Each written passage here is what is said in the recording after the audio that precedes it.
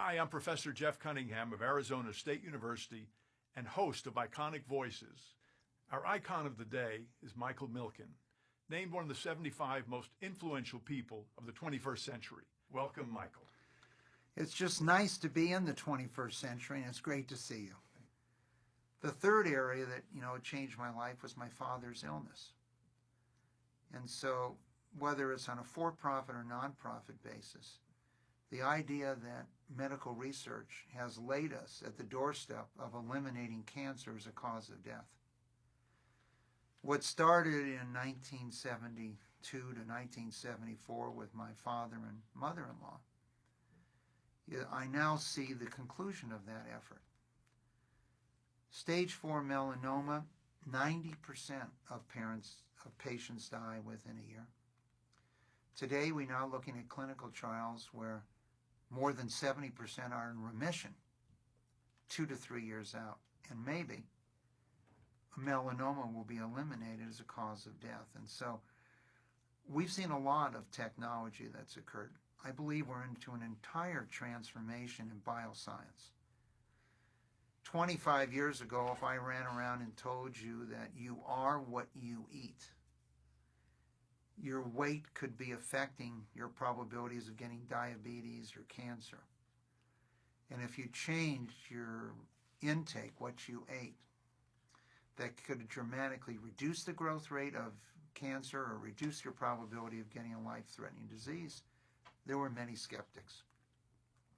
Today, by sequencing your biome, by sequencing your genome, by looking at how your proteins work, we can actually see what the results are when you eat or drink or how you conduct your life. You can now actually get the facts. And I think this will change the consumer products industries dramatically by finding ways to incorporate things that we know have beneficial, proved by sequencing your genome and your biome. A clinical trial has started in the middle of 2014.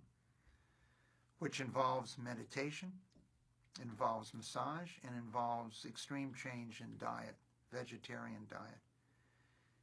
It's tempting to show that you can change your biome in a couple weeks, since the majority of all the genes in your body are bacteria, they're not human.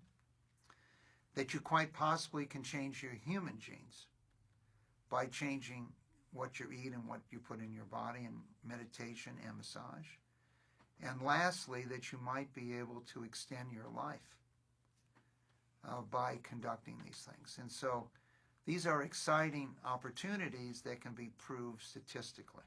Mike, we've found the way, but will we find the will? I think two areas are really important. One, leadership. A person that's brave enough to attempt to take people to where facts and the future is. And two, an educated populace in a democracy. Jefferson often wrote about the need for an educated populace. And it's very hard to change people's opinion in the world of communications. With millions of alternatives available, people have the opportunity to search out only those sources of information that support their viewpoints. And so the question is, how do you get people to listen to the other side? I, my whole life, have been very focused on seeing the world through other people's eyes. How do you get people to do that?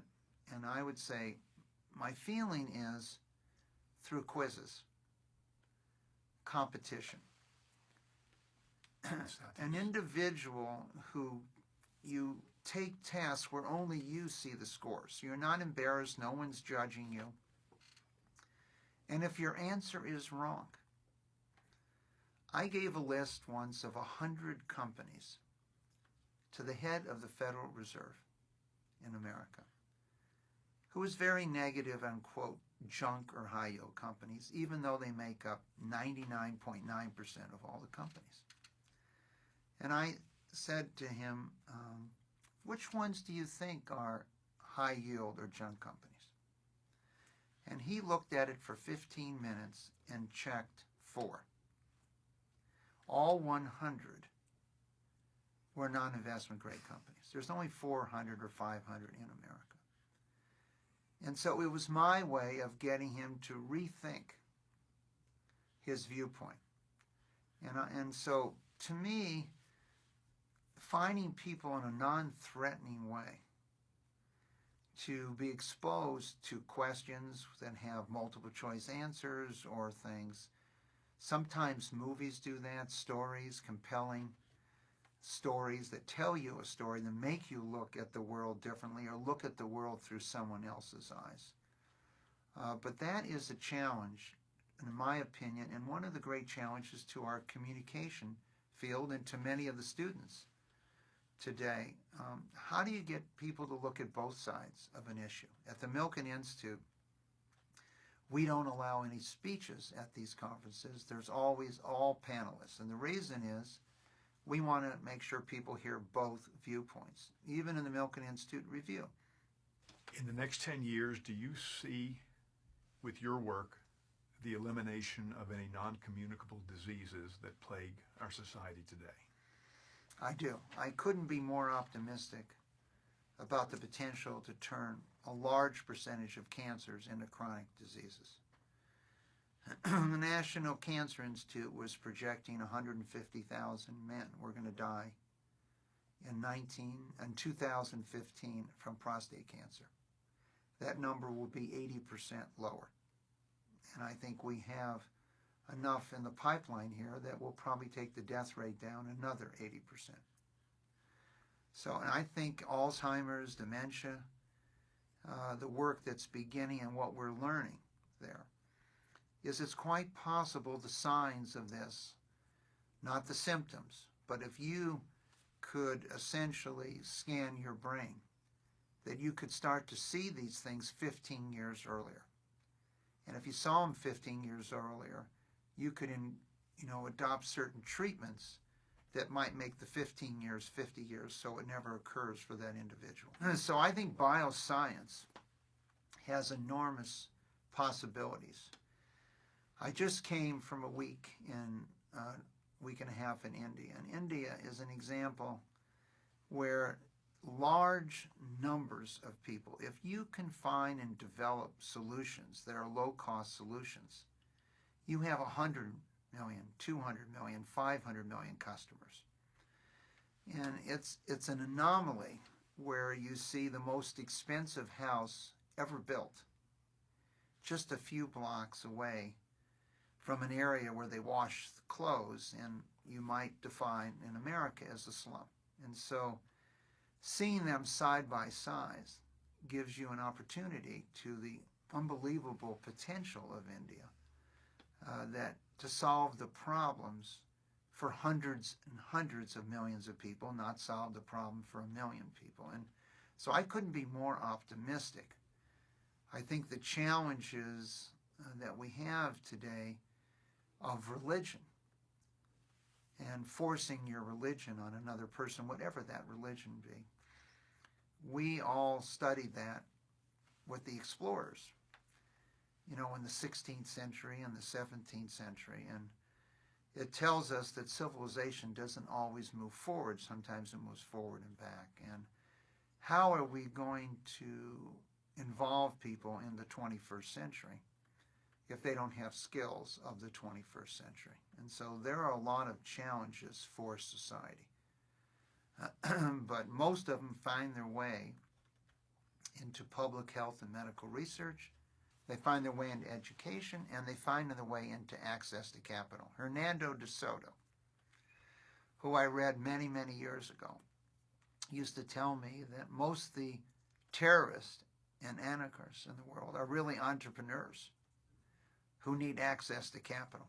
They could be far more productive with many of their ideas if they had access to capital. And so we need to find a way to reach out to a lot of people. And I think this is a real challenge in the 21st century to anyone that's working in the field of communication, whether it's print or digital. South Korea has recently said that their new technologies will allow you to download a movie in 1 second. I remember sitting in meetings at what is now a company called Time Warner, who was in the forefront of the technology of a DVD, and trying to figure out if I put a movie on 2 DVDs, front and back, would people want to watch that, where they have to get up after the first quarter's over, flip it over, then take it out, put a new one in and flip it over, because you couldn't store it, or you took 24 hours to download the content in a movie. Well, at 1 second, our traditional forms of communication and distribution of information are going to change dramatically. How are you going to communicate with the 7 billion people on the planet? How are you going to separate fantasy or misinformation from accurate information? How are you going to get people to see the world through different people's eyes? That is going to be a really challenge for the communication field if we are in democracies where the majority votes, if we're going to move forward rather than move backward in our societies.